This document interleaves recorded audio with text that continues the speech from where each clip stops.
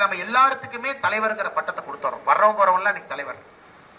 கையில மைக் இருந்தா தலைவன், வெள்ளை சட்டை வெள்ளை வேட்டை போட்டா தலைவன் இல்லைங்களா, 4 பேர் சுத்தி இருந்து ரீல்ஸ் போட்டா தலைவன். ஸோ உங்களுடைய இமேஜினேஷன்ல லீடர் அப்படிங்கிறது யார் அப்படிங்கறத நீங்க ஃபர்ஸ்ட் ஃபிக்ஸ் பண்ணணும். ஏன்னா இந்த ஜெனரேஷனுக்கு நீங்க நிறைய ரியல் லீடர்ஸை பார்க்கல.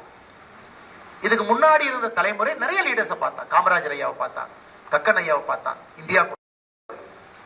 They have seen leaders at the ground level who actually mean business. But இன்னைக்கு இந்த சோஷியல் மீடியா, பொலிட்டிக்கல் கன்சல்டன்சி எல்லாம் உங்களை எல்லாம் பவுடர் போட்டு மேக்கப் போட்டு உங்களை எல்லாம் மாற்றி அவங்க பர்சனல் லைஃப் வேற மாதிரி இருக்கும். they come and make somebody to stand in front of you.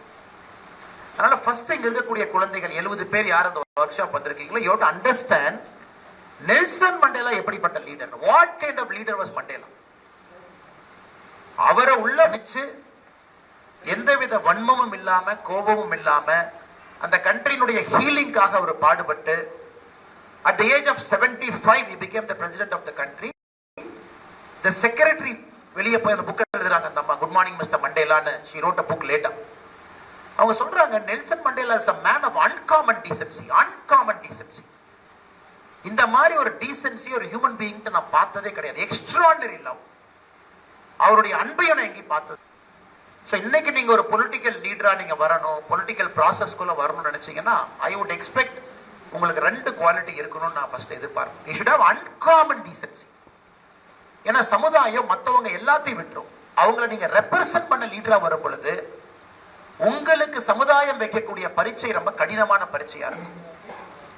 உங்க மேல சமுதாயம் வைக்கக்கூடிய நம்பிக்கையும் கொஞ்சம் லேட்டா தான் வைப்பாங்க. ஆனா பரீட்சை ரொம்ப கடினமா இருக்கும். Uncommon decency.